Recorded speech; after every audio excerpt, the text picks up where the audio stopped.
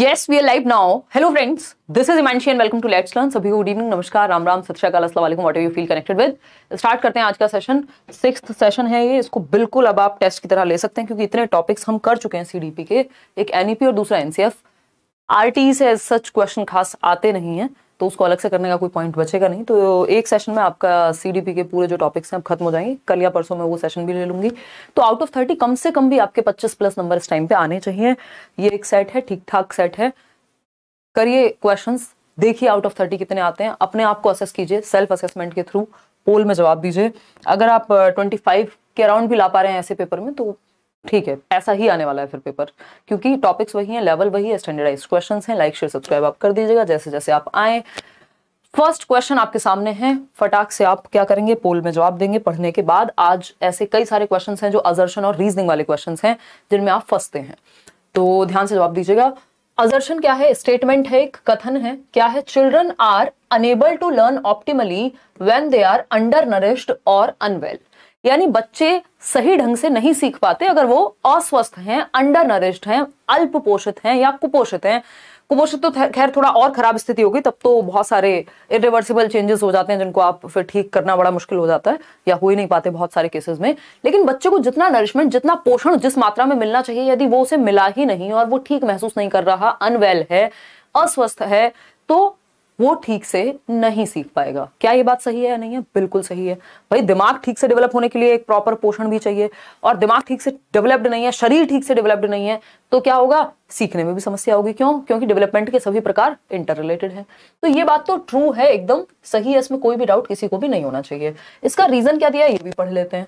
All domains of development are interrelated. Physical development has an impact on cognitive development. यानी बच्चा पोषण के कारण या अल्प पोषण के कारण यदि उसका शरीर ठीक से विकसित नहीं हो पाया तो वो सीख भी ढंग से नहीं पाएगा, उसके दिमाग पे भी उस चीज का प्रभाव पड़ेगा, उसकी सोचने समझने तर्क करने हर एक क्षमता पे, क्योंकि ब्रेन ठीक से डेवलप नहीं हो पाएगा यदि ठीक से शरीर को पोषण नहीं मिला तो क्योंकि फिजिकल, कॉग्निटिव, सोशल, इमोशनल चारों प्रकार जुड़े हुए हैं विकास के। तो both A and R R true. क्यों? क्योंकि R is the correct explanation of A. एक तो दोनों सही है, दूसरा आर जो है वो सही से करेक्टली एक्सप्लेन भी करता है ए को। यानी ए की जो व्याख्या है, जो कथन की व्याख्या है, वो भी एकदम सही कही गई है आर के द्वारा। बाकी चीजों की जरूरत पड़ेगी ही नहीं, आर करेक्ट है इसलिए कोई दिक्कत नहीं है, फॉल्स तो है ही नहीं। चलिए फिर A option is the right answer. आगे बढ़ते हैं क्वेश्चन नंबर 2 पर, फटाक से जवाब देंगे। क्वेश्चन नंबर 2 है, which principle of development does this illustrate. यानी विकास का कौन सा सिद्धांत, विकास के सिद्धांत पे एक क्वेश्चन आता ही है, विकास का कौन सा सिद्धांत इस एक लाइन से इलस्ट्रेट होता है या संदर्भित होता है। ठीक है, निम्नलिखित उदाहरण विकास के किस सिद्धांत की व्याख्या करता है। ठीक, फोन में नहीं लगना आज तुम्हें, बिल्कुल भी डिस्ट्रैक्शन होता है। ठीक, the child learns to stand before she can walk and babble she before she talks. यानी बच्चा जो है खड़े होना पहले सीख लेता है चलना सीखने से। भाई पहले बच्चा खड़े होना सीखेगा तभी चलना सीखेगा। ऐसा कोई बच्चा देखा है दुनिया में जो दौड़ना सीख चुका हो, खड़े होना ना आता हो या चलना ना आता हो? भाई बैठना सीखेगा खड़े होने से पहले, चलना सीखने से पहले क्या है? खड़े होना सीखेगा। तो ये सीक्वेंस है विकास का एक, ठीक है ना। तो ये डेवलपमेंट का सीक्वेंशियल वाला प्रिंसिपल है, यानी विकास क्रमबद्ध होता है, क्रम में होता है। बैबलिंग क्या होता है? चा बा मा, ये सिंगल सिलेबल वाले वर्ड जो 6 महीने के आसपास बच्चा बोलने लगता है, वो प्रॉपर एक शब्द की अवस्था जिसको 1 वर्ड स्टेज कहते हैं, 1 साल उससे पहले आती है। डेवलपमेंट जो लैंग्वेज डेवलपमेंट वाला सेक्शन है उसमें हमने ये समझा हुआ है। अब अगर हम बात करें तो हम कह सकते हैं कि डेवलपमेंट सीक्वेंशियल है। बात तो सही है, फिर भी पढ़ लेते हैं बाकी ऑप्शंस को। Development proceeds from head to toe. यानी खड़े होने से पहले वो बेसिकली चलने से पहले वो खड़े होना सीखता है। ये हेड टू टो है? नहीं। ये सेंटर टू पेरिफेरी है? नहीं। तो इसका तो सेंस यहां बनता नहीं है हेड टू टो का। भाई पहले अपना सर संभालना सीखता है, गर्दन संभालना सीखता है, धड़ संभालना सीखता है ना, बैठना सीखता है, फिर खड़े होना सीखता है, समझ में आता है। लेकिन इसमें दूसरा भी तो दिया हुआ है, इसको तो चलो आप एक बार को मान भी लेते कि सही है, लेकिन बैबल करना ये तो हेड टू टो जाना नहीं हुआ ना। लैंग्वेज डेवलपमेंट में तो आता नहीं है, तो फिजिकल डेवलपमेंट का टाइप है जो हेड टू टो जाना है, या जो आपका सेफेलोकॉर्डल है, सिरोधपतोन्मुखी। तो इसमें दूसरा वाला पार्ट गलत हो जाता। अगर ये सिर्फ इतना ही होता कि एक बच्ची चलने से पहले खड़े होना सीखती है, तब तक भी हम एक बार को मान लेते, लेकिन ये दूसरी सिचुएशन को फुलफिल नहीं करता। Development is disorderly. डिसऑर्डरली कभी नहीं होता, ऑर्डर में होता है, सीक्वेंस में होता है, यूनिवर्सल। पूरी दुनिया का कोई भी बच्चा हो पहले खड़े होना ही सीखेगा चलना सीखने से पहले, तो डिसऑर्डरली नहीं हो सकता। Development progresses from centre to extremities, यानी केंद्र से बाहर की ओर। अब ऐसा तो कहा नहीं है कि एक पहले बच्चा पूरे हाथ से पकड़ता है किसी चीज को, बाद में उंगलियों से, यानी पेन पकड़ना सीख जाता है, वो फिंगर्स का यूज, पहले हैंड्स का यूज, वो सब बात तो हुई रही है। तो खत्म कहानी। ए ऑप्शन ही एकमात्र सही उत्तर है कि सीक्वेंस में होता है, ऑर्डर में होता है, जैसा कि मैंने आपको POS से बताया भी हुआ है, प्रोग्रेसिव है, ऑर्डरली है और सीक्वेंशियल चेंजेस हैं, सीक्वेंस में होते हैं, एक के बाद एक स्टेज आती है। ऐसा नहीं होता पहले बच्चे का बुढ़ापा आ जाए बाद में जवानी आए, मतलब ही नहीं है। क्या होगा, पहले आपको पता है इन्फेंसी, शैशवावस्था, जन्म से 2 वर्ष की अवस्था है, फिर उसके बाद आपको पता है अर्ली चाइल्डहुड आता है, देन लेटर चाइल्डहुड आता है, फिर एडोलेसेंस आता है। क्या ऐसा हुआ पहले अडल्ट बन जाए आप बाद में बच्चे बने? नहीं है ना संभावना। चलिए फिर आगे बढ़ते हैं क्वेश्चन नंबर 3 पर। क्वेश्चन नंबर 3 क्या कहता है भाई? अगेन आपका पेट पे बाण मारने वाला सवाल, मुश्किल कहते हैं हम इसको। असर्शन क्या है, ये क्वेश्चंस होते इजी हैं बट देख के मुश्किल लगते हैं। कथन क्या है? कथन कहता है children learn the knowledge, skills, values and customs of the society only through formal agencies, यानी जो बच्चे हैं वो अपने समाज की जानकारी, कौशल, मूल्य, रीति रिवाज केवल औपचारिक कारकों से सीखते हैं। औपचारिक क्या? जब उनको एक ट्रेनिंग देने भेज रहे हैं या स्कूल में प्रॉपरली जब हम उनको सिखा रहे हैं कैसे बैठते हैं, कैसे उठते हैं, मतलब एक फॉर्मल माहौल में, औपचारिक माहौल में जहां उस तरह के रूल रेगुलेशन एंड सारी चीजें होती है, सिर्फ वहीं से बच्चे समाज में रहना सीखते हैं। तो फिर परिवार तो मुख्य कारक होता था सोशलाइजेशन, सामाजिकरण का मुख्य इकाई है। अगर देखा जाए सबसे पहले आप परिवार में ही सीखते हैं कैसे रहते हैं, कैसे बात करते हैं, कैसे खाते हैं, कैसे पीते हैं, कैसे किसी से पानी के लिए पूछते हैं, किसी को नमस्ते करते हैं कोई घर आए तो इन्होंने तो कहा सिर्फ फॉर्मल एजेंसी ही सिखाएंगी कि समाज में कैसे रहा जाता है। तो ये बात तो गलत हो गई। इनफॉर्मली भी सीखते हैं हम, चाहे परिवार हो, दोस्त हो, हमारा सोशल मीडिया हो, है ना, कि समाज में कैसे रहा जाता है। रीजन क्या दिया इसका? Socialisation is a simple and linear process, यानी एक रेखा में चलता है, 2+2+2 ही चलता रहेगा, आगे पीछे नहीं होता। सामाजिकरण की जो प्रक्रिया है एक सिंपल सी प्रक्रिया है, वेल प्लान्ड मैनर में होती है। जी नहीं, सामाजिकरण की प्रक्रिया एक कॉम्प्लेक्स, एक जटिल प्रक्रिया है, ठीक है ना। ऐसा नहीं होता, लीनियर में नहीं है, लीनियर फैशन में नहीं जाएगी, स्ट्रेट लाइन नहीं है, कोई सीधी रेखा नहीं है। कौन सी चीज बच्चा कहां से सीख ले, किस बात को कैसे अडेप्ट कर ले दिमाग में, किसी को नहीं पता। तो ANRR फॉल्स, दोनों ही बातें क्या हैं, गलत हैं। और आप लोग डी ऑप्शन 65% लोग सही दे भी पा रहे हैं। इसका मतलब अब आप प्रॉपरली समझ पा रहे हैं CDP को, कम समय में भी सही उत्तर आप दे पा रहे हैं, इसलिए स्पीड बढ़ा के ही रखेंगे। क्वेश्चन नंबर 4 देखिएगा। Jean Piaget's constructivism proposes that children progress through 4 stages of cognitive development। भाई पियाजे का जो संज्ञानात्मक सिद्धांत है या पियाजे का रचनावाद का जो प्रस्तावित सिद्धांत है, वो बच्चे के संज्ञानात्मक विकास के 4 चरणों को मुख्य रूप से किस प्रकार प्रगति करते हैं बच्चे, 4 स्टेजेस में कैसे वो डेवलप होते हैं पियाजे के सिद्धांत के अनुसार, ये पूछा है। Bye acting upon the environment, यानी वातावरण में अंतःक्रिया करके, through social interactions with more knowledgeable other. अब ये आपको पता है MKO का कॉन्सेप्ट तो कौन लेकर के आया है? वाइगोस्की है, कि भाई जो व्यक्ति आपसे ज्यादा जानता होगा आप उससे सीख लीजिए। स्कैप फोल्डिंग, यानी पाड़, मचान, ढांचा, जिसको हम कह रहे हैं कि जहां जरूरत हो, जहां आप अटक रहे हैं वहां हेल्प ले लीजिए किसी की, ये सारी बातें वाइगोस्की की हैं, पियाजे नहीं। इमिटेशन की बात ना पियाजे करते ना वाइगोस्की, तो ये तो वैसे ही हट गया। Through anticipation of rewards, reward punishment की भी बातें कोई रचनावादी नहीं करता, चाहे वो पियाजे हो, वाइगोस्की हो, ब्रूनर हो, ये व्यवहारवाद का कॉन्सेप्ट है, तो ये भी हट गया। सिर्फ एक ही बात सही है कि पियाजे की जो 4 स्टेजेस हैं उनमें बच्चे का जो संज्ञान है, उसकी जो समझ है, वो अंतःक्रिया करके, वातावरण के साथ, ये नहीं लिखा सामाजिक अंतःक्रिया करके, अपने एनवायरनमेंट में। अब चाहे समाज हो, चाहे चीजें हो, चाहे पेड़ पौधे हो, बच्चा एक्टिवली एक्सपेरिमेंट करके सीखता है। बच्चे लिटिल साइंटिस्ट हैं, ऐसा पियाजे कहते हैं, एक्टिव बिल्डर्स ऑफ नॉलेज हैं, सक्रिय निर्माता हैं ज्ञान के, अपने एनवायरनमेंट में एक्टिविटी करके वो सीखते हैं, है ना। तो सिंपल बात है, बच्चा जहां एक्टिव है। चलिए खैर आगे बढ़ेंगे। क्वेश्चन नंबर 5 देखिए। एनवायरनमेंट में सोशल एनवायरनमेंट भी आ जाएगा और आपका फिजिकल एनवायरनमेंट भी। फिजिकल एनवायरनमेंट में आपका जो आसपास का वातावरण है, चाहे वो पेड़ हो, जल, अग्नि, वायु, आकाश, ये सब, और सोशल एनवायरनमेंट में जिसमें समाज है, तो हर तरह के एनवायरनमेंट से इंटरेक्ट करेगा बच्चा पियाजे के अनुसार। क्वेश्चन नंबर 5 देखिएगा। अकॉर्डिंग टू जीन पियाजे at which stage of cognitive development, यानी संज्ञानात्मक विकास, यानी इंटेलेक्चुअल डेवलपमेंट की स्टेज या मेंटल डेवलपमेंट की स्टेजेस भी इनको कह दिया जाता है दूसरी भाषा में, can children operate on operations and perform hypothetico deductive thinking, यानी जीन पियाजे के संज्ञानात्मक विकास के किस चरण में बच्चे संक्रियाओं पर क्रियाएं कर सकते हैं, वह परिकल्पनात्मक निगमनात्मक सोच विकसित हो जाती है।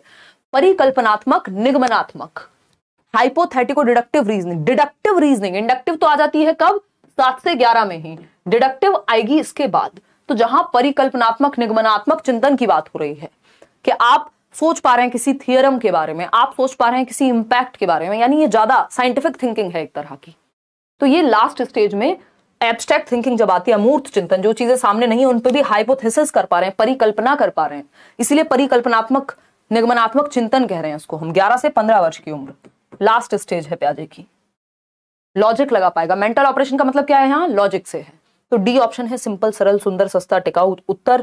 प्याजे की 4 स्टेजेस हैं, SPCF से आपको याद होनी चाहिए। Sensory motor, pre operational, concrete और फॉर्मल ऑपरेशनल। जन्म से 2 वर्ष, जिसमें ऑब्जेक्ट परमानेंस, डेफर्ड इमिटेशन, ये सब आ जाएगा। प्री ऑपरेशनल 2 से 7 वर्ष, जिसमें एनिमिज्म है, आपका जो हम कहते हैं कि सिंबॉलिक थिंकिंग है, इंट्यूटिव थॉट है, ये सब आ जाएगा।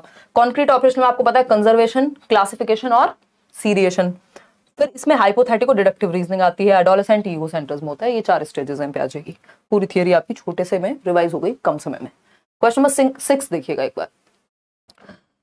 ये कहता है dash is very important in Lev Vygotsky's theory for cognitive development of children, यानी लेव वाइगोस्की के सिद्धांतों के अनुसार बच्चों के संज्ञानात्मक विकास में क्या महत्वपूर्ण है। वाइगोस्की आपको पता है सोसाइटी, कल्चर, लैंग्वेज, इन 3 में से ही कुछ एक मिल जाएगा आपको, सही उत्तर तक आप पहुंच जाएंगे। लाइक शेयर करना आप भूल जाते हैं आजकल, वो भी कर दीजिए आते आते। कल्चरल टूल्स, मैचुरेशन की बात कौन कर रहा है? मैचुरेशन को क्या लिखा गया था? MESE, मैचुरेशन, या फिर हेरिडिटी भी लिख सकता है इसको। किसके अनुसार? प्याजे। प्याजे के 4 फैक्टर्स में आती हैं ये चीजें। पनिशमेंट का कोई रोल प्याजे वाइगोस्की दोनों में से कहीं नहीं है। अडेप्टेशन की बात भी प्याजे कर रहे हैं। और पूछा क्या है Vygotsky? Society, culture, language, cultural tools हैं यहाँ पे, सांस्कृतिक उपकरण, इन तीनों में से एक मिल गया हमें, हम समझ गए भाई वाइगोस्की की बात हो रही है। वाइगोस्की कहते हैं जिस संस्कृति में हम रहते हैं, जिस समाज में हम रहते हैं, उसके साथ अंतः क्रिया करके हम अपनी समझ विकसित करते हैं। बात ठीक है या नहीं है? बिल्कुल।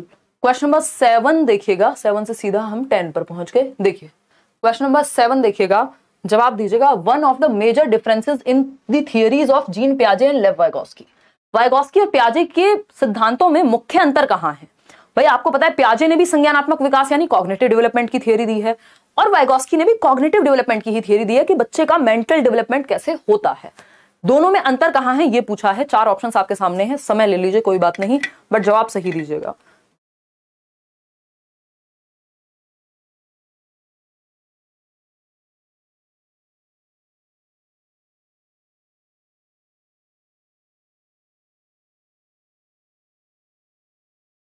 बहुत बढ़िया, ए ऑप्शन, सी ऑप्शन, सब मिक्स जवाब दे रहे हैं।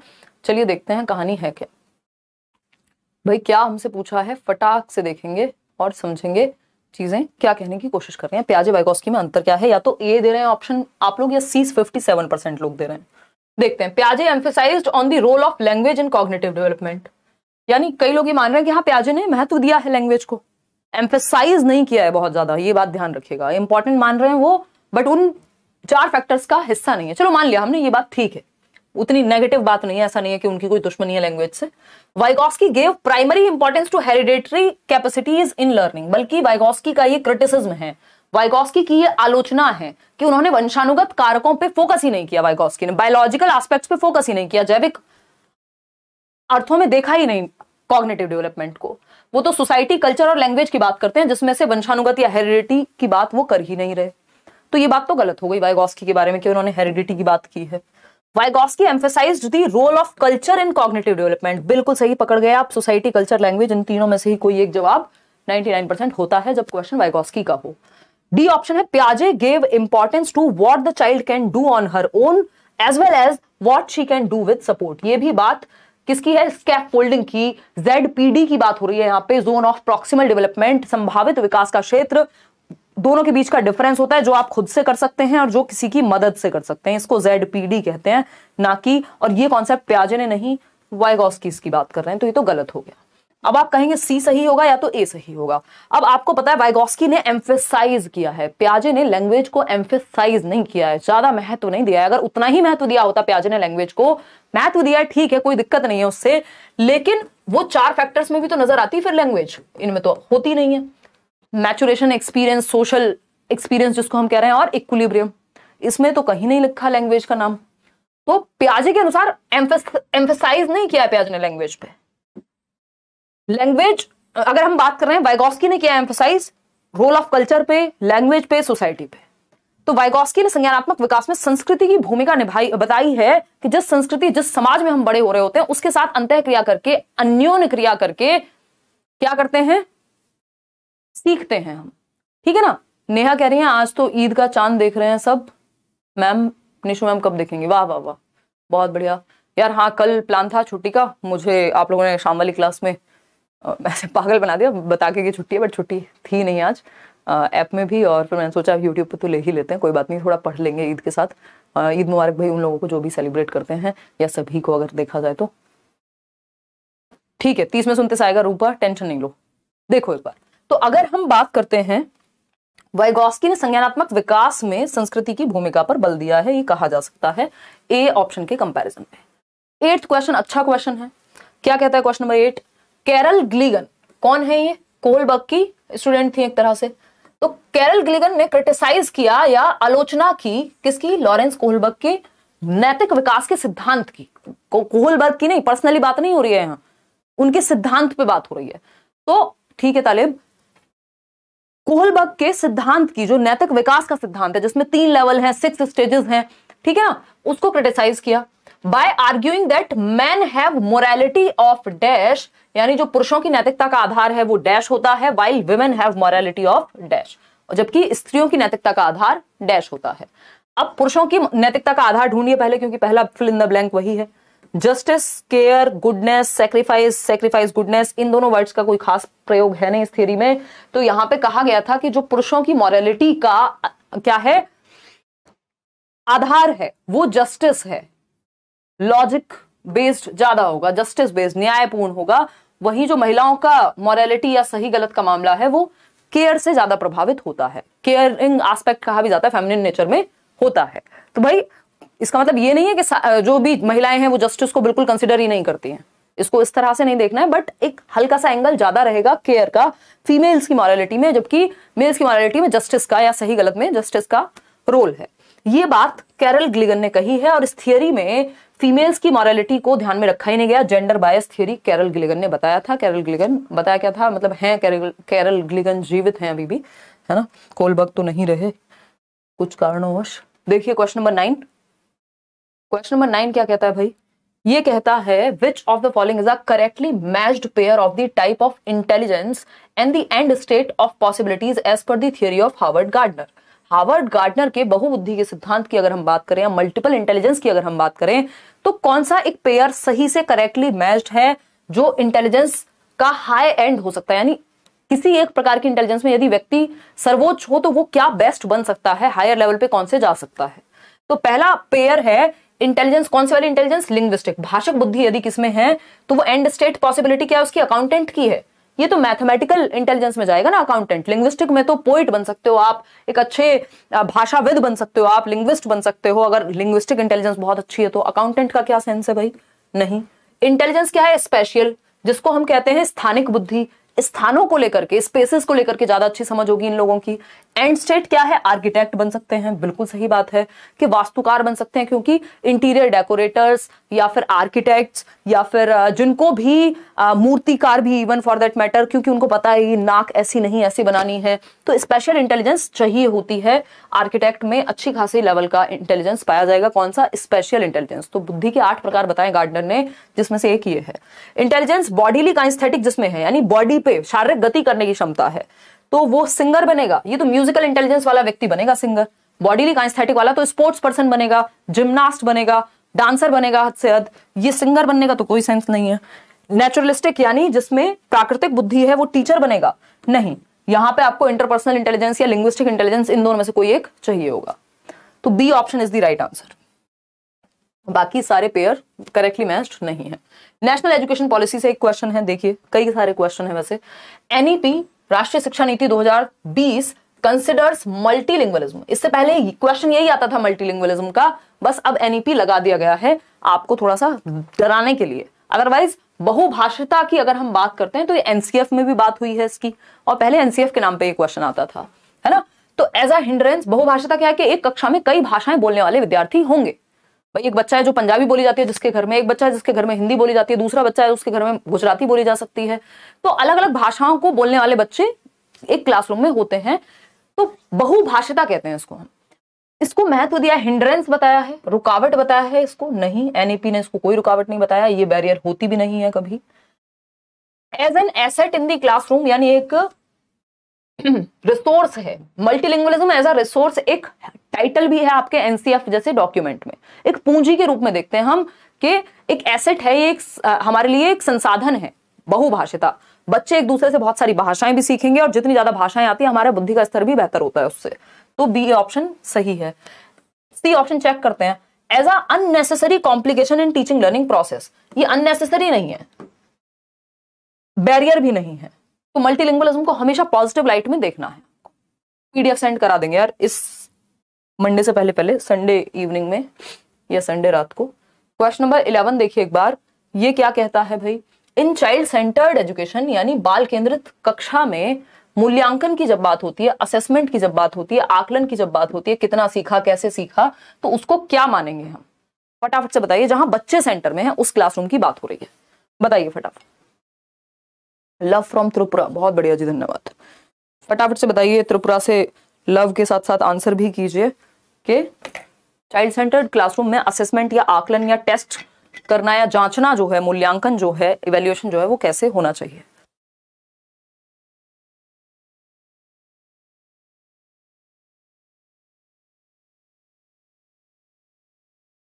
चाइल्ड सेंटर्ड क्लासरूम बेसिकली बाल केंद्रित है, जहां बच्चों को केंद्र में रखा जा रहा है। Is undertaken through few periodic examinations, यानी कुछ सामयिक परीक्षाओं द्वारा, यानी कुछ एग्जाम्स लेते रहो, ये चाइल्ड सेंटर्ड एजुकेशन कहती है। वो तो कहेगी बच्चे को एक्टिव रखो और आकलन भी करा लो। Takes place through written objective type, तो इसमें भी बच्चा एक्टिव नहीं है। Does not take place at all, आकलन करो ही मत, फिर पता कैसे लगेगा कहां गलती है, कैसे सीखेगा, कैसे बेटर करेगा। बच्चा जहां एक्टिव है वो ढूंढ लो। Is considered an integral part in the process of learning, यानी चाइल्ड सेंटर्ड एजुकेशन हो या फिर सीसीई हो, जो कॉन्टिन्यूअस एंड कॉम्प्रिहेंसिव इवैल्यूएशन है, सतत एवं व्यापक मूल्यांकन है, वो असेसमेंट को एक अभिन्न अंग मानते हैं सीखने की प्रक्रिया का, कि भाई हम सीख रहे हैं, आप साथ में पोल में जवाब दे रहे हैं, आपको फीडबैक मिल जाता है, पता लगेगा आप गलत हैं कि सही हैं और कैसे उसको इंप्रूव किया जा सकता है। ये टीचिंग लर्निंग प्रोसेस के अंदर ही है। ऐसा नहीं है कि जब मैं कह रही हूँ टेस्ट है आज तो बस आपका, तो मैं कुछ बताऊंगी ही नहीं कि ये चाइल्ड सेंटर्ड एजुकेशन क्या होता है, साथ साथ सीखेंगे भी। तो सीखने की ही प्रक्रिया का अभिन्न अंग है असेसमेंट, आकलन, टेस्ट भी इंटीग्रल पार्ट है। क्वेश्चन नंबर 12 देखिएगा एक बार, ये क्या कहता है भाई? क्वेश्चन नंबर 12 कहता है, जो नेशनल एजुकेशन पॉलिसी 2020 है वो प्रपोज करती है for retention of students from socio economically disadvantaged groups. राष्ट्रीय शिक्षा नीति 2020 सामाजिक आर्थिक रूप से वंचित समुदायों से आने वाले विद्यार्थियों के अवधारण के लिए क्या प्रस्तावित करती है? वंचित समुदाय मतलब किसी भी रूप में जो बच्चे वंचित रह गए हैं, सोशली डेप्राइव्ड हैं, उनके बारे में क्या कहती है ये? यार उजाला अगर ले लोगे यूट्यूब पे क्लास तो उससे फायदा बहुत हो जाएगा, क्योंकि प्रैक्टिस आपकी बहुत अच्छी हो जाएगी। अगर आप बैच में हैं फिर भी ये शाम वाला सेशन अटेंड कर सकते हो, नहीं भी करोगे तब भी 30 में से 30 आएंगे ही आएंगे, बट बेटर है कि कर लो, क्योंकि बाकी सब्जेक्ट्स में भी हेल्प हो जाएगी और बहुत मुश्किल पेपर आने के केस में भी आपकी प्रैक्टिस जरूरत से ज्यादा हो चुकी होगी। तो सामाजिक आर्थिक रूप से कमजोर वर्ग से आता है बच्चा, उतने समृद्ध परिवार से नहीं है पैसे के मामले में, तो रोट लर्निंग पे ध्यान देंगे, इनको रट्टे लगवा देंगे, कोई मतलब नहीं है। Standardisation of curriculum and assessment, जबकि स्टैंडर्डाइजेशन होता है सबके लिए एक जैसा, जबकि फ्लेक्सिबिलिटी होनी चाहिए, लचीलापन होना चाहिए करिकुलम में, ये भी गलत हो गया। परफॉर्मेंस ओरिएंटेड टेस्टिंग, फर्स्ट कौन आ रहा है, कितने नंबर ला रहे हैं, तो ये भी गलत तरीका है। सही तरीका कौन सा है? रिलेटेबल एंड मीनिंगफुल करिकुलम, ऐसे बच्चों के लिए जो किसी भी रूप में वंचित रह गए हैं, जिसमें समाज ने उनको साइड कर दिया है, उनके लिए भी हम संदर्भ में सिखा सकें, उनके जीवन से जोड़ के सिखा सकें, उनके लिए मीनिंगफुल पाठ्यचर्या बना सकें, ऐसे एग्जाम्पल्स, ऐसे एक्टिविटीज कराएं जिससे वो बच्चा भी कनेक्ट कर पाए, अलग थलग महसूस ना करे, इंक्लूसिव बन जाए इन चीजें। क्वेश्चन नंबर 13 देखिएगा एक बार, ये क्या कहता है भाई? क्वेश्चन नंबर 13 कहता है, in several middle school classrooms it is observed that boys often raise their hands to answer more than girls and tend to dominate classroom discussions. In such context the teacher should, यानी माध्यमिक स्तर की कई कक्षाओं में देखा गया है कि लड़के कक्षा में उत्तर देने के लिए लड़कियों की तुलना में हाथ ज्यादा उठाते हैं, यानी कोई भी क्वेश्चन पूछो तो नंबर ऑफ बॉयज जो हैं वो ज्यादा हाथ उठा रहे हैं और लड़कियां हाथ कम उठाती हैं। इसको कहा जाता है कि इनिशिएटिव लेने के लिए लड़के ज्यादा तैयार नजर आ रहे हैं यहाँ पे, और इसके बहुत सारे रीजन हो सकते हैं, ये कोई ऐसी बात नहीं है कि लड़के ही इंटेलिजेंट हो गए, ठीक है ना। तो पहला ऑप्शन है accept that boys are more intelligent than girls, ये जेंडर वाले टॉपिक से क्वेश्चन है कि ये स्वीकार कर लेना चाहिए अध्यापक को या शिक्षिका को कि लड़के लड़कियों की तुलना में ज्यादा बुद्धिमान होते हैं। अब ये जेंडर पढ़ते समय हम पहले ही मान चुके हैं, ऐसा कुछ भी नहीं है कि लड़के ज्यादा बुद्धिमान हैं, लड़कियां कम बुद्धिमान हैं, लड़के मैथ्स में अच्छे होंगे, लड़कियां मैथ्स में अच्छी नहीं होंगी। इसके बहुत सारे रीजंस हैं, बट ये रीजन नहीं है क्योंकि वो लड़के हैं तो वो बाय नेचर उसमें अच्छे होंगे, या फिर कोई काम लड़के या लड़कियां में से कोई एक ही अच्छा करता है। उसके बहुत सारे रीजन हो सकते हैं। Accept that girls do not have the potential to study in middle class, कि लड़कियों में तो क्षमता ही नहीं है पढ़ने की माध्यमिक स्तर पे, उनको तो प्राइमरी तक ही पढ़ा के साइड कर दो, तो ये भी बेकार बात हो गई। Analyse how gender differences are inborn and can not be modified, मतलब ये विश्लेषण कर लेना चाहिए कि जो जेंडर की या लिंग की भिन्नताएं हैं वो जन्मजात होती हैं, जबकि gender is a social construct. लिंग जो है एक सामाजिक संरचना है जो समाज ने बनाया है कि लड़के ये काम करेंगे, लड़कियां ये काम करेंगी। ये सब जो जेंडर है एक सामाजिक संदर्भ में बना हुआ एक कॉन्सेप्ट है, ये कोई बायोलॉजिकल कॉन्सेप्ट नहीं, इनबॉर्न नहीं है ये। नहीं तो बछेंद्री पाल का एग्जाम्पल हमें नहीं मिलता जो माउंट एवरेस्ट चढ़ गई।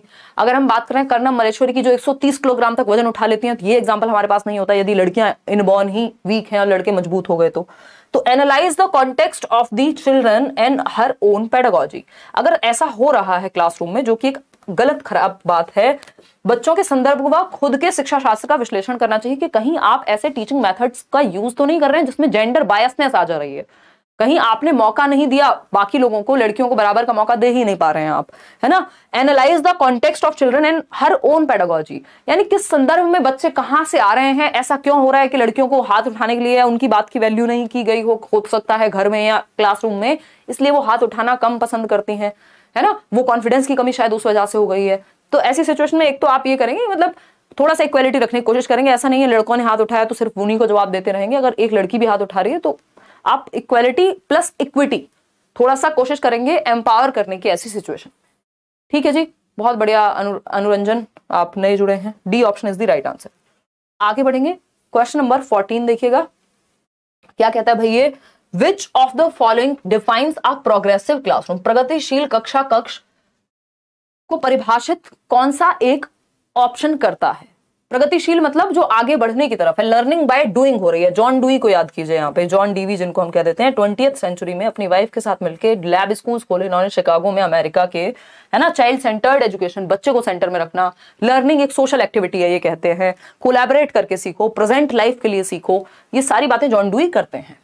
तो अगर हम बात करें प्रगतिशील शिक्षा की जहां पे बच्चा सेंटर में है, तो जब बच्चा सेंटर में होगा तो लर्निंग फॉर एग्जाम्स क्यों होगी भाई। परीक्षाओं के लिए सीखना थोड़ी है कि हम पढ़ इसलिए रहे हैं क्योंकि पेपर दे सकें। फोकस ऑन एक्सपीरियंशियल लर्निंग, यानी अनुभवात्मक अधिगम पर बल देना, रियल लाइफ से जोड़ना लर्निंग को, लर्निंग बाय डूइंग करके सीखना। ये तो ठीक लग रहा है कि अनुभवात्मक अधिगम पे फोकस हो, बच्चे को अनुभव मिले, हम कहीं फील्ड ट्रिप, कोई एक्सपेरिमेंट, मतलब जीवन से जोड़ करके सिखा रहे हैं उसे अनुभव के आधार पे। ये बात तो समझ में आ रही है। लर्नर सेंटर्ड या चाइल्ड सेंटर्ड या प्रोग्रेसिव एजुकेशन की ही बात हो रही है। थॉट तीनों के पीछे एक ही है। डी कॉन्टेक्चुअलाइज्ड करिकुलम कभी नहीं होना चाहिए, कॉन्टेक्चुअलाइज्ड होना चाहिए। डी कॉन्टेक्चुअलाइज्ड का मतलब हो गया जिस संदर्भ से, जिस दुनिया से बच्चा आता है उससे जोड़ो ही मत उसे। एग्जांपल्स ऐसे दो जो उसके जीवन में कभी नहीं हुए, जबकि आपको जीवन से जोड़ना है। तो गैर संदर्भित नहीं होनी चाहिए पाठ्यचर्या, संदर्भित कॉन्टेक्चुअल होनी चाहिए, ना स्टैंडर्डाइज्ड होनी चाहिए, कॉन्टेक्चुअल होनी चाहिए।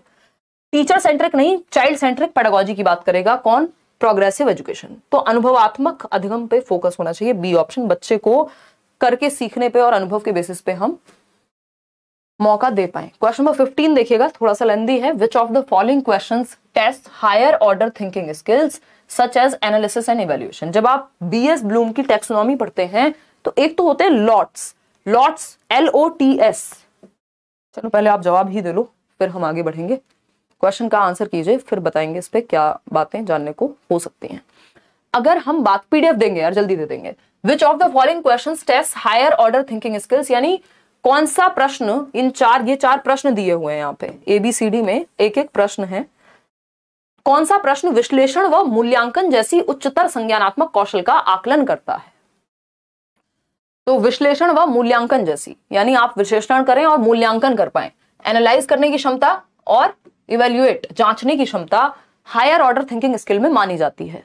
जबकि जो बाकी की शुरुआत की चीजें हैं, नॉलेज, अंडरस्टैंडिंग, एप्लीकेशन, इन तीनों को लोअर ऑर्डर थिंकिंग स्किल्स में डालते हैं।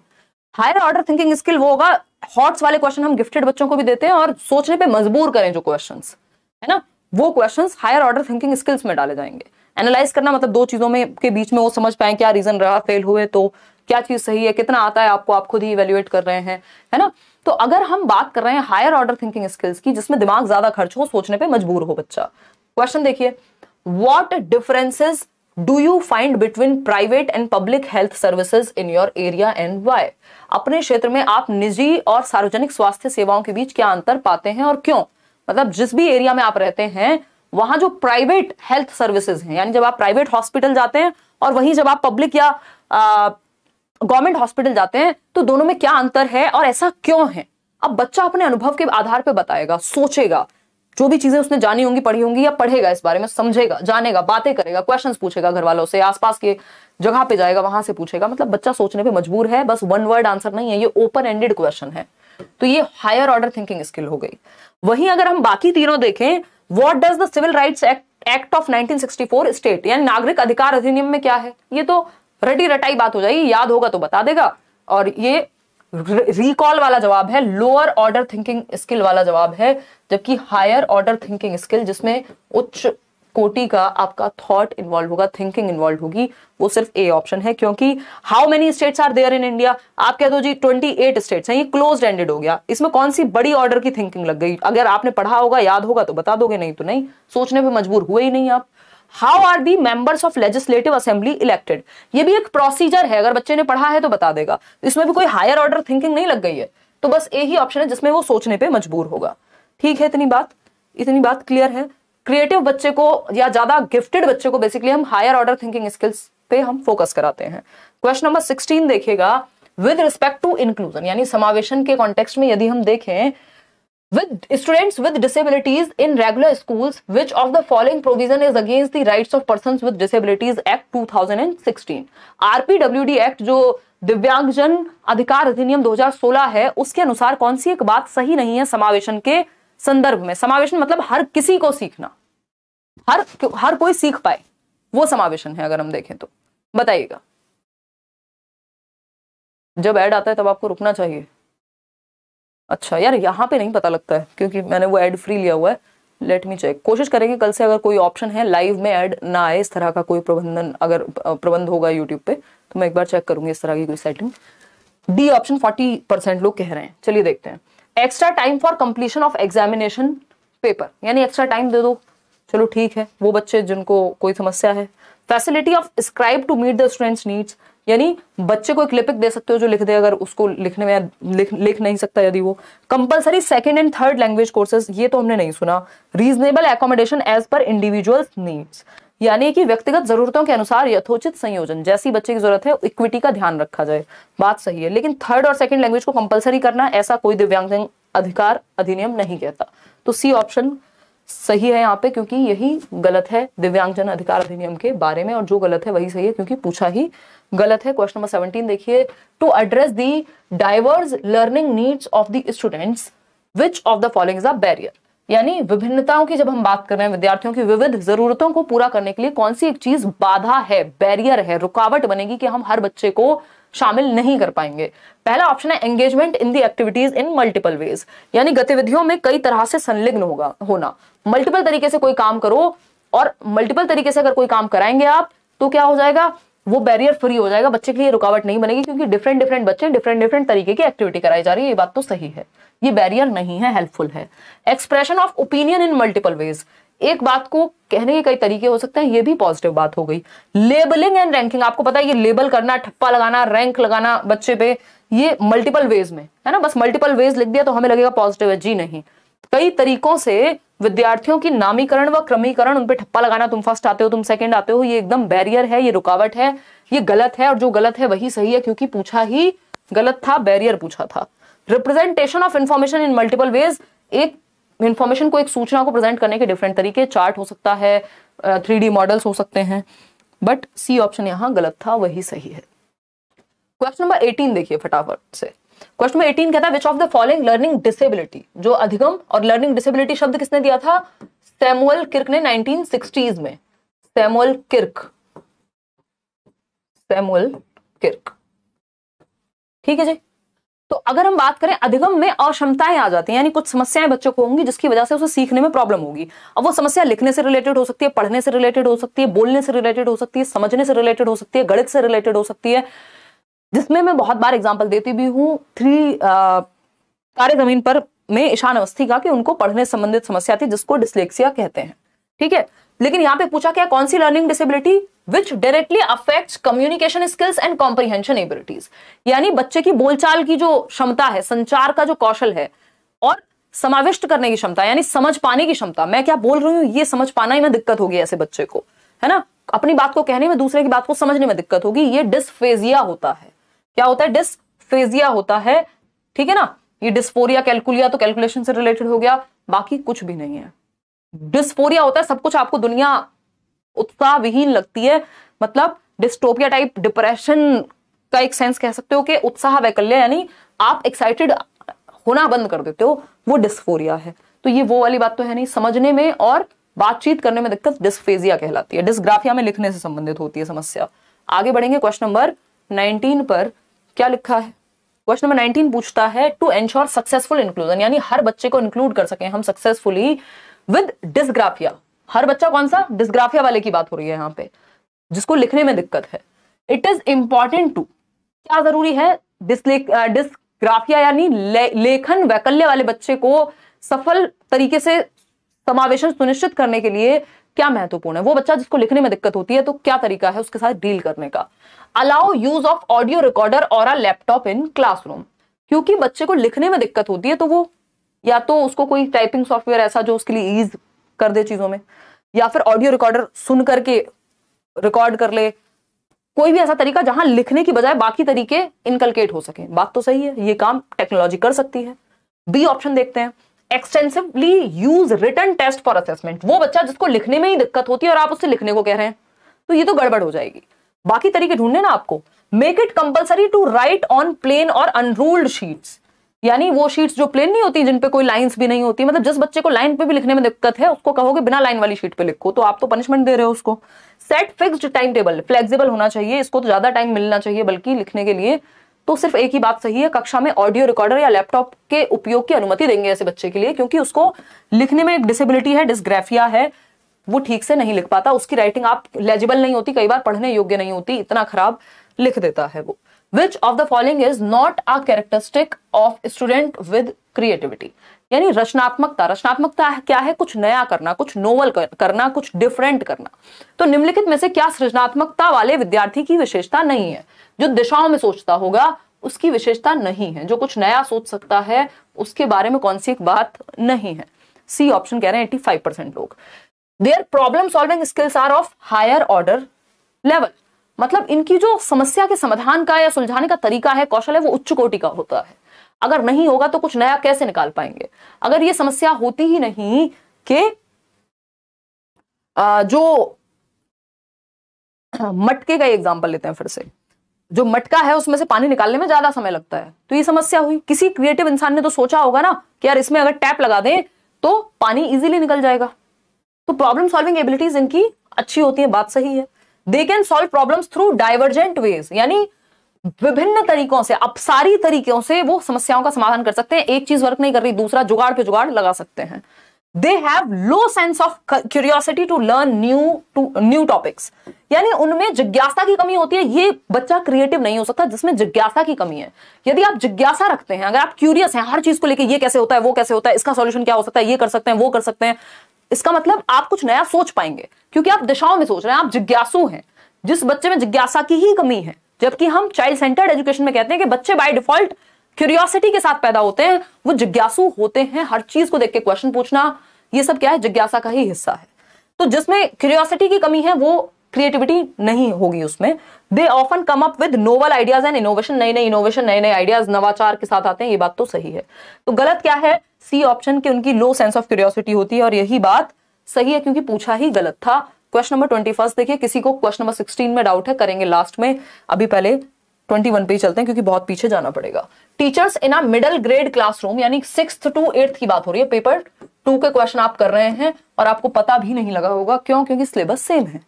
बस ये लिखने को दे देगा मिडिल ग्रेड, आपको बच्चे के हित में ही सोचना है, चाहे कोई भी ग्रेड हो। ठीक है जी, चलिए समझते हैं। हिंदी में तो प्रतिकूल पूछा था क्वेश्चन नंबर 16 में। गजेंद्र ये अंडरस्टूड है, ये मैं कितनी बार कहूं, चलो मैंने मान लिया, मैं अभी करेक्ट भी करा दूंगी, और पेपर में भी ऐसे ही आया होगा ये।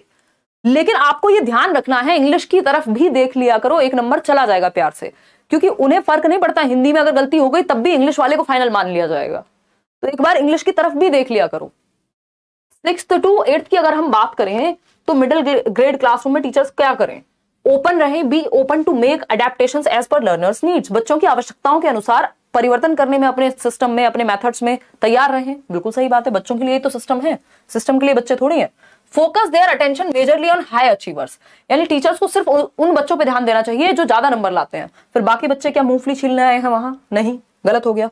Ignore learner diversity in the classroom, यानी बच्चे विभिन्नता के साथ आते हैं क्लासरूम में, साइड कर दो इस बात को और बस अपने तरीके से एक ही सिंगल मेथड से पढ़ाओ, ये भी गलत है।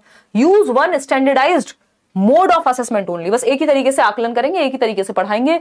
मल्टीपल वेज होने चाहिए, फ्लेक्सिबिलिटी होनी चाहिए, स्टैंडर्डाइज सबके लिए, सबको एक डंडे से नहीं हाँकना होता। Be open to make adaptations, जैसी जरूरत होगी, जिस बच्चे की जैसी जरूरत होगी उसके हिसाब से ढल जाएंगे, अपने मेथड में परिवर्तन कर लेंगे। ए ऑप्शन ही एकमात्र सही है। आगे बढ़ेंगे, क्वेश्चन नंबर 22 देखेंगे एक बार क्या पूछा है भाई 22वें सवाल में। 22वां सवाल क्या है? कथन है असर्शन, इसका रीजन पूछा है।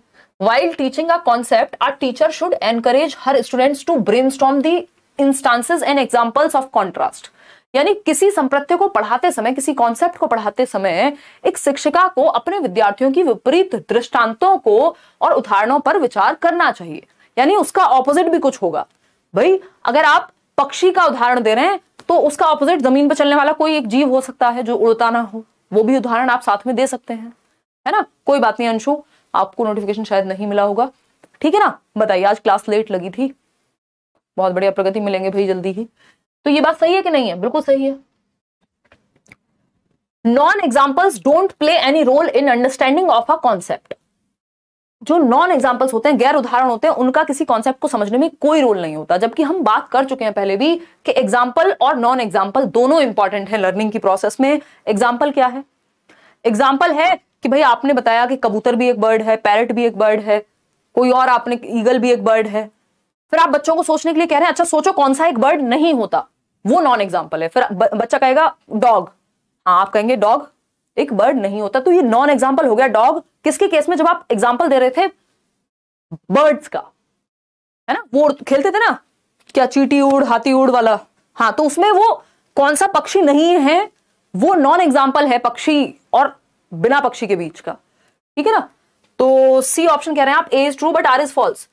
हाँ, बात आपने एकदम सही कही है कि ए तो सही है, जो ये कह रहा है कि भाई नॉन एग्जाम्पल्स, या एनकरेज करें हम बच्चों को ब्रेनस्टॉर्म करने के लिए, विचार करने के लिए ऐसे एग्जाम्पल्स जो एग्जाम्पल के ऑपोजिट भी हैं, उदाहरणों के आसपास की चीजें भी वो कर पाए। बात तो सही है, सही बात है कि नहीं? मंथन करने के लिए प्रोत्साहित करना चाहिए, कोई दिक्कत नहीं है। ए सही है, आर गलत है। A is true, R is false। सही है बात। आगे बढ़ेंगे, नेक्स्ट क्वेश्चन क्या है? क्वेश्चन नंबर है 23। ये क्या पूछता है भाई? ये कहता है few students in a class were not able to achieve the individual learning goals set for them। कुछ बच्चे कक्षा में वो गोल्स अचीव नहीं कर पा रहे थे जो उनके लिए रखे गए थे। किसी बच्चे को कहा गया था भाई तुम इस फील्ड में अच्छा कर सकते हो, इस बार तुम्हारा मैथ्स का टारगेट है, तुम इतना स्कोर कर लेना, या फिर ये वाले टॉपिक को अच्छे से पढ़ लेना, लेकिन बच्चा वो गोल अपने लिए अचीव नहीं कर पा रहा जो उसके लिए सेट हुआ था। पीडीएफ आपको टेलीग्राम चैनल से मिलता है आंचल, या फिर ऐप से। तो सच अ सिनेरियो, टीचर को क्या करना चाहिए जब बच्चे अपने लिए जो गोल सेट हुए उनको अचीव नहीं कर पा रहे हैं?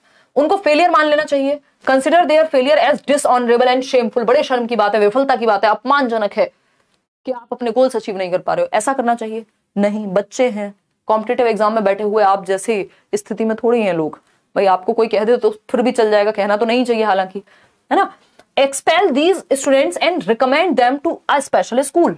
उनको एक स्पेशल स्कूल में भेज दो, उनको एक्सपेंड वो कर दो, निष्कासित कर दो, है ना, डिटेन कर दो कि तुम्हारा कोई काम नहीं है या तुम नहीं सीख सकते। ये भी गलत तरीका है। हमें तो बच्चे के भले की सोचनी है। Keep very low expectations. Teacher की एक्सपेक्टेशन हाई होनी चाहिए या बच्चे के इंडिविजुअल नीड्स के अकॉर्डिंग होनी चाहिए, लो नहीं रखनी है। View failure as a part of the developmental process. भाई जो फेलियर है, जो विफलता है, वो सीखने की ही प्रक्रिया का हिस्सा है। ऐसा नहीं हो सकता ना कि आप हमेशा पास ही पास हो, फेल कभी ना हो। वो सीखने का हिस्सा है। एरर्स, जो गलतियां हैं, वो प्रोसेस का पार्ट है, लर्निंग प्रोसेस का। क्वेश्चन नंबर 24 देखिएगा। क्वेश्चन नंबर 24 क्या कहता है? A teacher intends to assess declarative knowledge among her students which of the following question is appropriate for this purpose. एक शिक्षिका अपने विद्यार्थियों के घोषणात्मक ज्ञान का, किसका, डिक्लेरेटिव नॉलेज का, एक होती है प्रोसीजरल नॉलेज, दूसरी होती है डिक्लेरेटिव नॉलेज। तो यहाँ पे घोषणात्मक ज्ञान, जिसको डिक्लेरेटिव, घोषणा होती है ना, डिक्लेरेशन बोलते हैं जिसको हम, उसी से बना है घोषणात्मक यानी डिक्लेरेटिव नॉलेज। डिक्लेरेटिव नॉलेज कहां चेक हो रही है? How to bake a cake, cake कैसे बनाते हैं, how to balance a bicycle on a rough terrain, एक उबड़ खाबड़ इलाके में बाइसिकल यानी साइकिल को बैलेंस कैसे करते हैं। What is the formula for calculating volume, आयतन की गणना का सूत्र क्या है। ये आपसे पूछ लिया जाए a + b का होल स्क्वायर का क्या फॉर्मूला है, ये क्या डिक्लेरेटिव नॉलेज है। What is the procedure of soil preparation for wheat plantation, आपको गेहूं के बीज लगाने हैं, रोपण करना है, उसके लिए मिट्टी को कैसे तैयार करते हैं। देखो जहां भी कैसे की बात हो रही है ना, कैसे की बात हो यानी एक प्रोसेस की बात हो रही है, तो ये प्रोसीजरल नॉलेज है। केक कैसे बनाते हैं तो एक प्रोसीजर होगा, हो सकता है आपको पता हो, आप ठीक से बता ना पाए, बट प्रोसीजर है, करना आपको आता है, ठीक है ना, प्रोसीजरल नॉलेज है। How to balance a bicycle on a rough terrain, कैसे एक बाइसिकल, कैसे लिखा है ना जहां भी हाउ, तो बहुत ये कीवर्ड है कि प्रोसीजरल नॉलेज की बात हो रही होगी, क्योंकि किसी काम को कैसे करते हैं ये प्रोसीजर है उस काम का, है ना। व्हाट लिखा है समझ जाओ कि सिंपल पूछा है, डिक्लेरेशन पूछा है, डिक्लेरेटिव नॉलेज पूछी है कि क्या फॉर्मूला है, क्या डेफिनेशन है किसी चीज की, है ना, दो में दो जोड़े तो कितना आता है, तो ये डिक्लेरेटिव नॉलेज हो गई। What is the procedure of soil preparation, अब इसमें व्हाट बेशक लिखा है लेकिन प्रोसीजर पूछा है प्रॉपर कि कैसे आप एक सॉइल प्रिपेयर करेंगे। जैसे आपसे पूछा जाए दही कैसे जमाते हैं, तो वो आपको प्रोसीजर तो पता है, हो सकता है एक्सप्लेन कर पाए नहीं कर पाए, लेकिन प्रोसीजर आपको पता है, उसका एक प्रोसीजर है, ठीक है ना, एक प्रोसीजर है उस चीज का। आप फोन में अलार्म जब लगाते हैं उसका एक प्रोसीजर है, वो रट्टे नहीं लगाए हुए आपने, उसकी डेफिनेशन जरूरी नहीं है आपको पता हो उसकी। तो ये एक बेसिक बात है। यहाँ पे वॉल्यूम का फॉर्मूला आपको याद रखना पड़ेगा, डेफिनेशन है कोई तो याद रखनी पड़ेगी, वो डिक्लेरेटिव नॉलेज में आता है। वहीं प्रोसीजरल, किसी काम को करते कैसे हैं, वो प्रोसीजरल नॉलेज का हिस्सा है। इस पे भी एक क्वेश्चन आ जाता है, पहले से आता रहा है, इस बार भी आ सकता है। A teacher intends to facilitate the development of metacognition beyond cognition, परासंज्ञान की बात हो रही है, बच्चे में हम डेवलप कर पाए उसके लिए among her students which of the following skills won't be helpful, यानी कौन सा कौशल इस उद्देश्य के लिए सहायक नहीं होगा। एक शिक्षक अपने विद्यार्थियों में अभी संज्ञानात्मक विकास को सुसाध्य करना चाहता है कि बच्चे जो हैं वो सोच के भी परे जा सके, थिंकिंग अबाउट थिंकिंग कर सके, है ना। हाँ मिलेंगे भाई प्रगति, चलो आ जाओ, कमेंट करके बताओ फटाफट से यार, पोल में बताओ क्या सही जवाब है। मंजूलिका का नाम सुना है मैं, मजूली पूछ रहा हूँ, मुझे लगा मंजूलिका बोल रहे हो भाई, ऋतुरास, चलो आ जाओ इधर आ जाओ, बातों में नहीं लगते हैं, ठीक है ना। तो कौन सी स्किल हेल्पफुल नहीं होगी जब आप मेटा कॉग्निशन की बात कर रहे हैं, thinking about thinking, higher level thinking एक तरह की। तो इवेल्युएटिंग नहीं, ये तो ठीक है, मॉनिटर करना, आप अपने विचारों को मॉनिटर कर पा रहे हैं, प्लान कर पा रहे हैं, रिव्यू कर पा रहे हैं, ये सब मेटा कॉग्निशन की साइकिल में आता है। फ्री नोट्स में दिया हुआ है, टेलीग्राम पे आपको फ्री नोट्स मिल जाएंगे, डिस्क्रिप्शन बॉक्स में डायरेक्ट लिंक भी है, वहां से डाउनलोड करके अपना मस्त पढ़ सकते हो, अपने आप नंबर सुधरने शुरू हो जाएंगे। रोट मेमोराइजेशन, रटना मेटा कॉग्निशन नहीं है, ये तो सिंपल रट्टा लगाना है, रोट मेमोराइजेशन है। तो D option is the right answer. Question number 26 देखिएगा, क्वेश्चन नंबर 26 क्या कहता है भाई, कंस्ट्रक्टिविस्ट अप्रोच, रचनावादी अप्रोच। कंस्ट्रक्टिविस्ट मतलब बच्चा एक्टिव होगा, कंस्ट्रक्शन करेगा नॉलेज की, पियाजे, वाइगोस्की, ब्रूनर इसी से बिलोंग करते हैं। डिसऑर्गेनाइज्ड एंड अनयूनिलेटरल, मतलब एक तो ऑर्गेनाइज नहीं होता, रचनावाद जो है व्यवस्थित नहीं है, सॉरी, और एक तरफा है, यूनिलेटरल है मतलब एक ही तरीका है, मल्टीलेटरल मिलेगा आपको, ये ऐसा कुछ भी नहीं है कि डिसऑर्गेनाइज्ड है, ऑर्गेनाइज्ड चीजें मिल जाएंगी। इडियोसिंक्रेटिक एंड डिसकनेक्टेड, कनेक्टेड होगा भाई, एक चीज दूसरी चीज से कनेक्ट करके तो बच्चा ज्ञान का क्या करेगा, निर्माण करेगा, कंस्ट्रक्ट करेगा। इंटरएक्टिव एंड एक्टिव, बच्चा एक्टिव चाहिए हमें, यही बात शुरुआत में कही थी। कंस्ट्रक्टिविज्म का मतलब ही है रचनावाद जिसपे एनसीएफ बेस्ड है, जिसको नेशनल एजुकेशन पॉलिसी फॉलो करती है, जिसको पियाजे, वाइगोस्की जैसे व्यक्तियों ने बहुत काम किया इसमें। बच्चा पैसिव यहां नहीं हो सकता, मीनिंगफुल लर्निंग होगी, अर्थपूर्ण अधिगम। तो C option is the right answer कि बच्चा एक्टिव मिलेगा आपको जब बात रचनावाद कंस्ट्रक्टिविज्म की हो रही है, या सृजनात्मकतावाद, ज्ञान का सृजन करता हुआ लिटिल साइंटिस्ट बच्चा मिलेगा। क्वेश्चन नंबर 27 देखिए, which of the following step is likely to hinder problem solving, यानी समस्या समाधान बच्चों में कौन सा एक ऑप्शन है जो रोकेगा या समस्या समाधान में बाधक बनेगा, कौन सा एक ऑप्शन। पहला है activating the schema to comprehend the problem, यानी समस्या को समझने के लिए स्कीमा या संरचना को सक्रिय करना, कि समस्या आपको ठीक से समझ आए, आपके ब्रेन में जो भी इंफॉर्मेशन हो, स्कीमा जो भी मेंटल इंफॉर्मेशन, प्रीवियस नॉलेज आपके ब्रेन में पड़ी हुई है, पूर्व ज्ञान, वो एक्टिवेट हो जाए, कि आपको समझ में आए प्रॉब्लम। ये तो जरूरी होता है, प्रॉब्लम सॉल्विंग में हेल्पफुल है, तो ट्रू है। हमको तो रुकावट चाहिए ना। Focusing attention on relevant information about problem, जो भी प्रॉब्लम है उसके बारे में जितनी भी रेलेवेंट काम की इन्फॉर्मेशन है वो आपके पास होनी चाहिए। भाई पेपर कब है, कैसे है, ऑफलाइन है तो आपको पता होना चाहिए, मुझे एक शीट मिलेगी, मुझे पहले से गोले भरने की प्रैक्टिस कर लेनी है। रेलेवेंट इन्फॉर्मेशन आपने जुटा ली, कि ऐसा नहीं है कि वहां सेक्शन वाइज नहीं होता, 150 के 150 गोले भी साथ में भर सकते हो बट भरने नहीं है। तो ये सब बातें आपके पास हैं। Getting stuck on one fixed way of representing a problem, समस्या समाधान करता आपको तब हम अच्छा नहीं कहेंगे जब आप बस एक ही तरीके पर अटके रहते हैं किसी चीज को सॉल्व करने के। कोई बात नहीं दीपिका, अब तक 4 गलत हुए हैं, सही भी होंगे, ठीक 4 तो ठीक ही हैं। फिर मतलब आप 25 के आसपास भी हैं इस सेट में, तो आप अच्छा कर रहे हैं। ये उतना भी लड्डू भी नहीं है सेट, देखने में लड्डू लगेगा, जिसने टॉपिक्स बहुत अच्छे से पढ़ लिए हैं उसके लिए इजी लग सकता है, बट ये एकदम बैलेंस सेट है। यही पेपर एज इट इज आपको पेपर में देखने को मिलते हैं, क्योंकि स्टैंडर्ड क्वेश्चन सारे टॉपिक्स कवर्ड हैं और लेंदी भी है, ऐसा नहीं है वन वर्ड क्वेश्चंस नहीं है। Identifying the possible solutions of the problem, हाँ भाई कितने पॉसिबल सॉल्यूशन हो सकते हैं, लेकिन एक बात गलत है कि सिर्फ एक ही तरीके पे आप अटक जाएं किसी समस्या के समाधान का, बस एक ही तरीका हो सकता है, वो गड़बड़ है। वो इसका मतलब हम कहेंगे समस्या समाधान का सही तरीका नहीं है, क्योंकि आपके दिमाग में एक ही सॉल्यूशन आता है या एक ही तरीका आप जानते हैं, और समस्याएं फिर अलग अलग तरीके की आएंगी आपके सामने। क्वेश्चन नंबर 28 देखिएगा, contemporary perspective of cognitive development view misconceptions. Misconception समझते हो, अभी कुछ दिन पहले टॉपिक किया था नाइव कॉन्सेप्शंस का, ऑल्टरनेटिव कॉन्सेप्शंस का। तो संज्ञानात्मक विकास के समकालीन दृष्टिकोण भ्रांतियों को किस तरह से देखते हैं। भ्रांति मतलब बच्चे को एक भ्रांति है, एक नाइव कॉन्सेप्शन है, एक मिसकॉन्सेप्शन है जो उसने अपने अनुभव के आधार पर बना लिया है कि पानी तो ऑरेंज कलर का होता है क्योंकि उसने ग्लूकॉन डी को देखा था, या फिर पानी तो हरे रंग का होता है क्योंकि तालाब में उसने देखा था, या जब ट्रेन में हम चलते हैं तो पेड़ भी साथ में चल रहे होते हैं, चन्ना मामा साथ साथ चलते हैं जहां मैं जाता हूं। इस तरह के नाइव कॉन्सेप्शंस जब वो छोटा होता है, ऐसी भ्रांतियां बन जाती हैं उसके दिमाग में जो साइंटिफिक नहीं है। इनको आप कैसे देखेंगे आज के समय में, समकालीन समय में, कॉन्टेम्परेरी टाइम्स में। कंप्लीटली इनसिग्निफिकेंट है ये, बिल्कुल भी नहीं, क्योंकि उसने अपने अनुभव से बनाया है, और जो भी बच्चा अपने अनुभव से सीखता है वो सब काम का है, उसको आपको यूज करना है। Higher order metacognitive skills found typically in gifted students, यानी सिर्फ गिफ्टेड बच्चों में मिसकॉन्सेप्शन होते हैं, ये बेकार की बात हो गई। Naive ideas and understanding having their roots in one's past experiences, यानी सहज विचार और समझ जो व्यक्ति विशेष के पिछले अनुभवों में निहित है, जो उसने अनुभव किया उस बेसिस पे उसने जो भी उसके अंदर से सहजात्मक रूप से नेचुरली आया वो उसने बोल दिया या अपने दिमाग में कॉन्सेप्ट बना लिया। अब ना तो ये ऐसा है कि गिफ्टेड बच्चों में होती है, हर बच्चे में कुछ ना कुछ भ्रांति हो सकती है, बात सही है। फिर भी डी ऑप्शन पढ़ते हैं, neurological deficits and identifying characteristics of dyslexia. ये ऐसा नहीं है कोई कमी नहीं है और डिसलेक्सिया नहीं है ऐसे बच्चे को, तो ये सिंपल बात है, अपने अनुभव के आधार पर रॉन्ग कॉन्सेप्शन जिसको हम कह देते हैं या अल्टरनेटिव कॉन्सेप्शन कहते हैं, वैकल्पिक अवधारणा बच्चा बना लेता है। क्वेश्चन नंबर 29 देखिएगा एक बार, ये क्या कहता है भाई, students with performance avoidance goals. ये आज भी हम बैच में पढ़ रहे थे, गोल्स के टाइप होते हैं ना, और ये हम कई दिनों से कर भी रहे हैं भाई। एक लर्निंग ओरिएंटेड गोल होते हैं जिनको मास्टरी ओरिएंटेड गोल्स कहते हैं। दूसरे क्या हैं, दूसरे गोल्स हैं आपके जो फेलियर अवॉइडेंस हैं, जहां आप फेलियर से बचना चाहते हैं, किसी तरह से 33% नंबर आ जाए। तीसरा क्या है, परफॉर्मेंस ओरिएंटेड गोल, फर्स्ट आ जाऊं बस, चाहे कुछ हो, फर्स्ट आना है, रट के आऊं, पढ़ के आऊं, कैसे भी आऊं।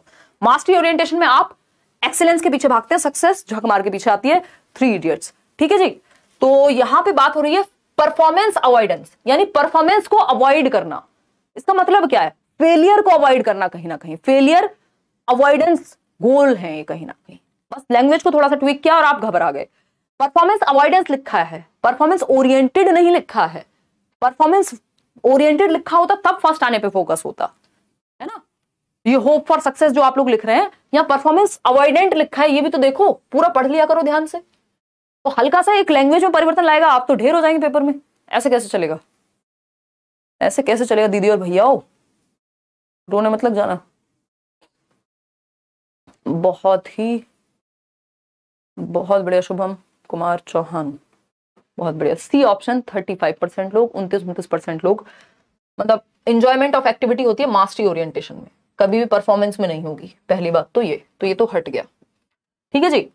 ये फियर ऑफ फेलिंग आपका यहां सही है क्योंकि आप परफॉर्मेंस को अवॉइड कर रहे हैं, इसका मतलब फेलियर अवॉइडेंस गोल है ये। परफॉर्मेंस का मतलब क्या था, फर्स्ट आना, यहां फर्स्ट आना से बच रहे हैं आप। बच किस तरह हैं, फर्स्ट आने से नहीं बच रहे हैं, फेलियर से बच रहे हैं आप। तो फियर ऑफ फेलिंग होता है इनके अंदर कि कहीं मैं फेल ना हो जाऊं, है ना, असफल होने का डर। Hope of success, hope of success की तो फोकस जो है वो फिर व्यक्ति के कहां होगा,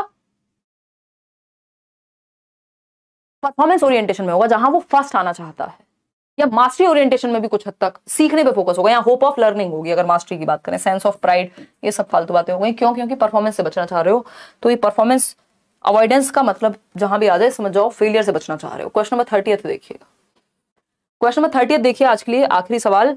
विच of the following set of attributions success और failure on a task is likely to cause increase in students motivation and attempts to engage in similar tasks in the future. यानी किसी कार्य की सफलता या विफलता पर निम्नलिखित में से कौन सा आरोपण भविष्य में विद्यार्थियों की प्रेरणा और समरूपी कार्यों में संलग्न होने के प्रयासों में वृद्धि कर पाएगा। और बड़ा बना देते इसको, है ग्रंथ लिख देते क्वेश्चन के नाम पे।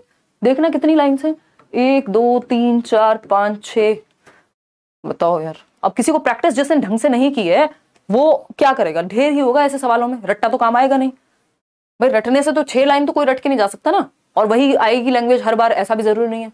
टॉपिक सेम रहते हैं, लैंग्वेज थोड़ी बहुत बदलती रहती है ना। वो आपको डील करने की तैयारी कहां से आएगी, प्रैक्टिस से आएगी। यही तो सीख रहे हैं हम, अप्रोच कैसे करते हैं किसी क्वेश्चन को। बहुत बढ़िया काजल, सिद्धार्थ, बीनू, विनोद। चलिए देखते हैं, सी ऑप्शन कह रहे हैं, समझते हैं। पूछा क्या है, सेट ऑफ एट्रीब्यूशंस, यानी कि कौन से एट्रीब्यूट्स हैं, कौन सी विशेषताएं हैं, कौन सी विशेषताओं का सेट है जो बच्चे को मोटिवेटेड होकर के किसी काम में संलग्न होने के लिए मोटिवेट करेगा, या वो मोटिवेटेडली किसी काम में एंगेज रहेगा, एक्टिविटी करेगा। कौन से 2 पॉजिटिव सेट हैं। हाँ देखो, ये होती है अभिलाषा कितनी मोटिवेटेड है, कह रही है कितना भी बड़ा क्वेश्चन कर दें हमारा एकदम ठीक ही रहेगा। बहुत बढ़िया। तो देखें कितने लोगों ने सही दिया जवाब, 56% लोगों ने। कोई कह रहा है बकरीद की छुट्टी नहीं मिली, क्यों? अनम यार पढ़ लो, कोई बात नहीं, मैं थोड़ा फ्री थी और पता नहीं क्यों नहीं हुई आज, वहां ऐप में भी नहीं थी। कोई बात नहीं, पढ़ लो यार, पेपर आ रहा है, कर लो छुट्टी, कल पढ़ लेना। अब तो लाइव हो ही गया। देखो मैं भी इसी चक्कर में थी, मैंने छुट्टी मना ली थी, मैंने रात को घोषणा कर दी थी अपने दिमाग में कि कल छुट्टी है, मजे करेंगे, है ना। बट ऐसा कुछ नहीं हो पाया।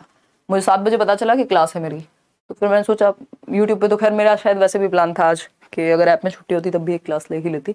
देखो खैर कोई बात नहीं, ज्यादा मत रो। अब किसी कार्य की सफलता या विफलता पर निम्नलिखित में से कौन सा आरोपण भविष्य में विद्यार्थियों की प्रेरणा को बेहतर बनाएगा। तो किस तरह से, एक्सटर्नल फैक्टर्स पे जब आपका फोकस होगा, नहीं इंटरनल फैक्टर्स पे, कि भाई मेरी मेहनत, अगर मैंने मेहनत की तो चीजें सही होंगी। लेकिन स्टेबल, स्थिर होती है चीजें, स्थिर नहीं होती। मेरी मेहनत और कंट्रोलेबल फैक्टर्स पे फोकस है, उन चीजों पे नहीं जो स्टेबल है, जो कभी चेंज नहीं होती। मेरी मेहनत यानी इंटरनल फैक्टर्स, मेरे एफर्ट्स पे मैं फोकस्ड रहूं। और दूसरा कंट्रोलेबल, मेरे हाथ में क्या चीजें हैं, मैं किनको कंट्रोल कर सकता हूं, मेरी मेहनत को, स्ट्रेटजी को, और क्या है डिफरेंट प्रैक्टिस को अपनी मैं कंट्रोल कर सकता हूं। अनकंट्रोलेबल क्या है, नॉन कंट्रोलेबल्स क्या है, पेपर मुश्किल आ जाएगा जी, है ना, टीचर तो मुझे नंबर ही नहीं देती। आपसे दुश्मनी थोड़ी है सरकार, वो सभी के लिए आएगा, मुश्किल आएगा तो फिर, है ना, सिलेबस के अकॉर्डिंग ही आना है, और क्या मुश्किल आएगा। तो आंतरिक व नियंत्रणीय फैक्टर्स का जब आप सेट दिमाग में रखते हैं तो आप मोटिवेटेड होते हैं किसी काम में मेहनत करने के लिए। तो D option is the right answer. Question number 16 में किसी को तो कहीं समस्या थी। आउट ऑफ 30 अगर आप आज 25 तक पहुंच पाए हैं तो मैं ये मानती हूं कि आपकी तैयारी ठीक ठाक है अभी से, और अभी तो इंप्रूवमेंट का बहुत स्कोप है। अभी से भी जो लोग तैयारी शुरू कर रहे होंगे वो भी आसानी से पेपर को बढ़िया से निकाल सकते हैं, बशर्ते सही तरीके से पढ़ लें। इसमें हिंदी वाले में कुछ पंगा था ना, निम्न में से कौन सा प्रावधान दिव्यांग अधिकार के प्रतिकूल है, यही तो पूछा था, यहां भी यही तो था, against the right of, okay, तो तब भी यही तो होगा answer. Compulsory second and third language कोई हित में थोड़ी है, आरपीडब्ल्यूडी एक्ट ये थोड़ी कहता है कंपलसरी कर दो लैंग्वेज को, यही तो गलत है इस बारे में, सही तो है, क्या दिक्कत है। एक्स्ट्रा टाइम मिल सकता है भाई, फैसिलिटी मिल जाएगी स्क्राइब की, एकोमोडेट कर सकते हो, बट कंपलसरी थोड़ी करनी है सेकंड थर्ड लैंग्वेज, सही तो लिखा है। तो आउट ऑफ 30 कितने ठीक हुए वो आप बता दीजिए। और किसी को अभी भी कॉन्फिडेंस ना आ रहा हो अपनी तैयारी में तो आप बैच भी ज्वाइन कर सकते हो, जिसमें सभी टीचर्स, सीटेट के बैच में आप एनरोल हो सकते हो। अभी भी अलग अलग सब्जेक्ट आपको अगर डिटेल में हर दिन पढ़ने ही हैं तो ठीक है बात, या नहीं है, क्या कहते हो। कोई और समस्या हो, लाइक शेयर करना भूल गए हो तो वो भी कर दीजिए, और कोई और समस्या हो तो वो भी पूछ सकते हो आप। बाकी पीडीएफ आपको इस संडे इवनिंग होपफुली मिल ही जाएगा एक साथ। निशा को बैठना पड़ेगा थोड़ी देर, और 1-2 लोग बैठ करके हम टीम के साथ काम करके आपको पीडीएफ दे देंगे। बहुत सारी पीडीएफ इस बार पेंडिंग हो गई हैं, एक साथ इतनी पीडीएफ पेंडिंग पहले मुझे लगता नहीं हुई है। चलिए खैर आज के लिए इतना ही रखते हैं। Thank you so much, good night, bye bye, take care. चलो अपने घर जाओ, मजे करो, ईद मनाओ, या जो भी करना है, जिसको अब छुट्टी है आपकी छुट्टी चाहिए थी कई लोगों को, है ना। चलिए आज के लिए इतना ही, और अपने साथ बने रहो भाई। Be your own constant. Out of 30 कितने आए हैं? 26। ऐप पर डाउट सॉल्व नहीं होता यार, सबका डाउट तो कहीं नहीं सॉल्व हो सकता सृष्टि। एक क्लास में, यदि ऑफलाइन क्लास में भी 500 लोग बैठे हुए हैं, तब भी सबका डाउट नहीं सॉल्व होता। लेकिन ऐसा हो जाता है कि आज नहीं हुआ, कल आ जाएगा आपका डाउट, ठीक है ना। ये मैं बहुत देख रही हूँ आज, पता नहीं क्यों। अच्छा ऐश्वर्या, आप ही थे क्या ऐप में भी? आप यही कर रहे थे, SDM wife and group D husband की न्यूज देख के? मुझे बहुत बुरा लग रहा है। मुझे एक तो ये नहीं पता ये कौन सी न्यूज चल रही है, है? मेरी दुनिया अलग ही चलती रहती है। देख लेंगे, कोई बात नहीं। और ज्यादा आप दूसरों के जीवन से ज्यादा दुखी मत होइए, अपने जीवन में फोकस करिए, बाकी देख लेंगे, ठीक है। चलो take care, bye bye, Tata.